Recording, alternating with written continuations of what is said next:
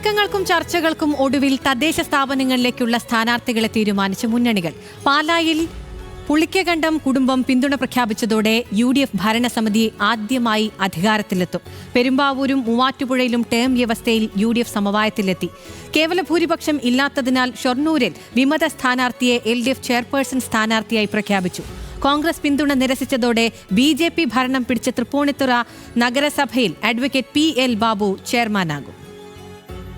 ദിവസങ്ങൾ നീണ്ട ചർച്ചകൾക്കൊടുവിലാണ് പുളിക്കക്കണ്ടം കുടുംബം UDFന് പിന്തുണ പ്രഖ്യാപിച്ചത്. 21 വയസ്സുകാരി ദിയ ബിനു പുളിക്കക്കണ്ടത്തെ UDF ചെയർപേഴ്സൺ സ്ഥാനാർത്ഥിയായി പ്രഖ്യാപിച്ചു. ഇതോടെ നഗരസഭയുടെ ചരിത്രത്തിൽ ആദ്യമായി കേരള കോൺഗ്രസ് മാണി വിഭാഗത്തിൽ നഗരസഭാ ഭരണം നഷ്ടമായി. VN വാസവൻ ഉൾപ്പെടെ പുളിക്കക്കണ്ടം കുടുംബവുമായി നേരിട്ട് ചർച്ച നടത്തിയെങ്കിലും ഫലം കണ്ടില്ല. കോൺഗ്രസ് വിമത സ്ഥാനാർത്ഥിയായി മത്സരിച്ച് ജയിച്ച മായ രാഹുലിനെ ഡെപ്യൂട്ടി ചെയർപേഴ്സൺ സ്ഥാനാർത്ഥിയായി ഒപ്പം നിർത്തിയതോടെ 14 പേരുമായി UDF കേവല ഭൂരിപക്ഷത്തിലെത്തുകയായിരുന്നു.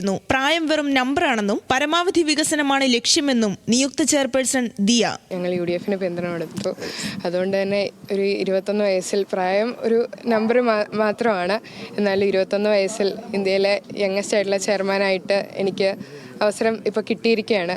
നാടിൻ്റെ നന്മയ്ക്ക്, പാലായുടെ വികസനത്തിനും പാലായിലെ നാട്ടുകാർക്കും വേണ്ടി അത് വിനിയോഗിക്കുമെന്ന് ഞാനിവിടെ ഉറപ്പായിരുന്നു. തർക്കങ്ങൾക്കൊടുവിൽ തൃശൂർ മേയറെ പ്രഖ്യാപിച്ച് തൃശൂർ DCC അധ്യക്ഷൻ Joseph Tajet, DCC vice president doctor Niji ജസ്റ്റിനെ മേയറായും ഡെപ്യൂട്ടി മേയറായി KPCC സെക്രട്ടറി A പ്രസാദിനെയുമാണ് തെരഞ്ഞെടുത്തത്. യൂത്ത് കോൺഗ്രസ് സംസ്ഥാന നേതാവായിരുന്ന A പ്രസാദ് സിവിൽ സ്റ്റേഷൻ ഡിവിഷനിൽ നിന്നാണ് വിജയിച്ചത്. കിഴക്കുംപാട്ടുകര ഡിവിഷനിൽ നിന്ന് വിജയിച്ച പ്രമുഖ ഗൈനക്കോളജിസ്റ്റ് കൂടിയായ ഡോക്ടർ നിജി ജസ്റ്റിൻ KSUവിലൂടെയാണ് രാഷ്ട്രീയ പ്രവർത്തനം ആരംഭിച്ചത്. കൊല്ലത്ത് ലീഗ് ഡെപ്യൂട്ടി മേയർ സ്ഥാനം ആവശ്യപ്പെട്ടെങ്കിലും നൽകിയില്ല. കോൺഗ്രസിന്റെ ഉദയ സുകുമാരൻ ഡെപ്യൂട്ടി മേയറാകും. ഓരോ സ്റ്റാൻഡിംഗ് കമ്മിറ്റി അധ്യക്ഷ സ്ഥാനങ്ങൾ 2 ഘടകകക്ഷികൾക്കും നൽകി അതൃപ്തി പരിഹരിക്കാനാണ് കോൺഗ്രസിന്റെ നീക്കം. അതേസമയം പെരുമ്പാവൂർ നഗരസഭാ ചെയർപേഴ്സൺ സ്ഥാനം ടേം വ്യവസ്ഥയിലാണ് UDF പരിഹരിച്ചത്.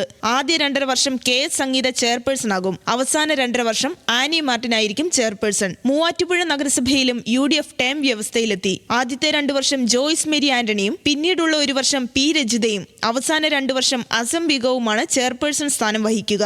ഇന്ന് ചേർന്ന ഹൈപ്പവർ കമ്മിറ്റി കൗൺസിലർമാരുമായി ചർച്ച ചെയ്താണ് തീരുമാനം. തർക്കങ്ങൾക്കൊടുവിൽ നെയ്യാറ്റിൻകര നഗരസഭയിൽ LDF സമവായത്തിലെത്തി. WR ഹീബയെ ചെയർപേഴ്സൺ സ്ഥാനാർത്ഥിയായി CPIM പ്രഖ്യാപിച്ചു. വൈസ് ചെയർമാനായി KK ഷിബു ചുമതലയേൽക്കും. 2015 ഇരുവരും ഇതേ സ്ഥാനങ്ങൾ വഹിച്ചിരുന്നു. ഷൊർണൂർ നഗരസഭയിൽ CPIM വിമതയായി മത്സരിച്ച് വിജയിച്ച P നിർമ്മലയെ ഒപ്പം നിർത്തി ഭരണം പിടിക്കാനാണ് LDF തീരുമാനം. കേവല ഭൂരിപക്ഷമില്ലാതെ വന്നതോടെയാണ് LDF നീക്കം. അതേസമയം ഭരണം ലഭിച്ച പാലക്കാട് കൃഷ്ണകുമാർ പക്ഷത്തെ വെട്ടിയാണ് P സ്മിതേഷിനെ ചെയർമാൻ സ്ഥാനാർത്ഥിയായി പ്രഖ്യാപിച്ചത്. ചരിത്രത്തിൽ ആദ്യമായി തൃപ്പൂണിത്തുറ നഗരസഭ ഭരിക്കാനൊരുങ്ങുന്ന BJP അഡ്വക്കേറ്റ് PL ബാബുവിനെ ചെയർപേഴ്സണായും രാധിക വർമ്മയെ വൈസ് ചെയർപേഴ്സണായും തീരുമാനിച്ചു.